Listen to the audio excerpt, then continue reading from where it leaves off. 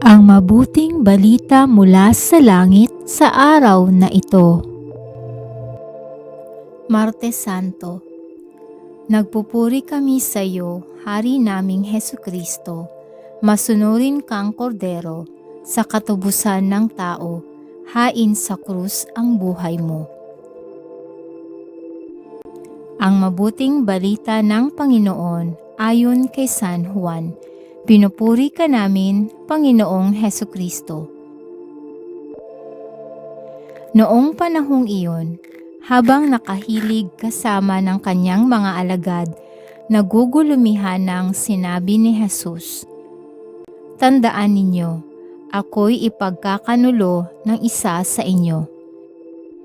Nagkatinginan ang mga alagad, hindi nila alam kung sino ang kanyang tinutukoy.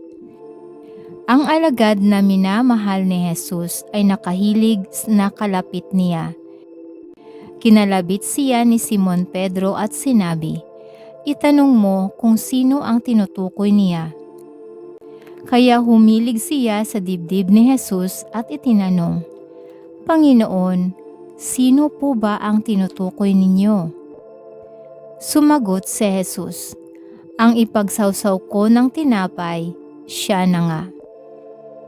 At nang maisawsaw ang tinapay, ibinigay niya ito kay Judas na anak ni Simon Iscariote. Nang matanggap na ni Judas ang tinapay, si Satanas ay pumasok sa kanya. Sinabi ni Jesus, "Gawin mo na ang gagawin mo." Ngunit isa man sa mga kasalo niya ay walang nakaalam kung bakit niya sinabi ito. Sapagkat si Judas ang nag-iingat ng kanilang salapi, inakala nilang pinabibili siya ni Jesus ng kakailanganin sa pista o kaya'y pinagpalilimos sa mga duka. Nang makain na ni Judas ang tinapay, siya'y umalis. Gabi na noon. Pagkaalis ni Judas ay sinabi ni Jesus, "Ngayoy, mahahayag na ang karangalan ng Anak ng Tao at mahahayag din ang karangalan ng Diyos sa pamamagitan niya.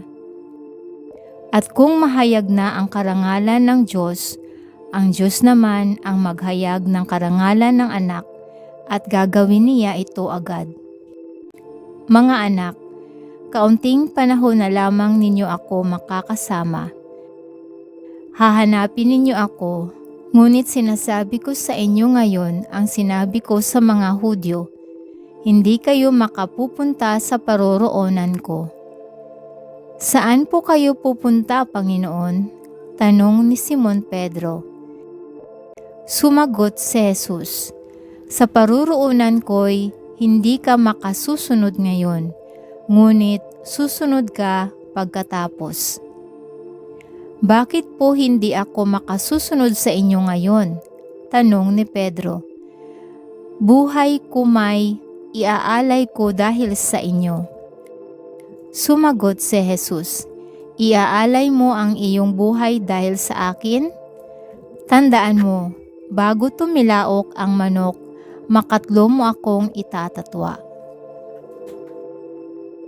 Ito ang mabuting balita ng ating kaligtasan. Papuri sa Diyos.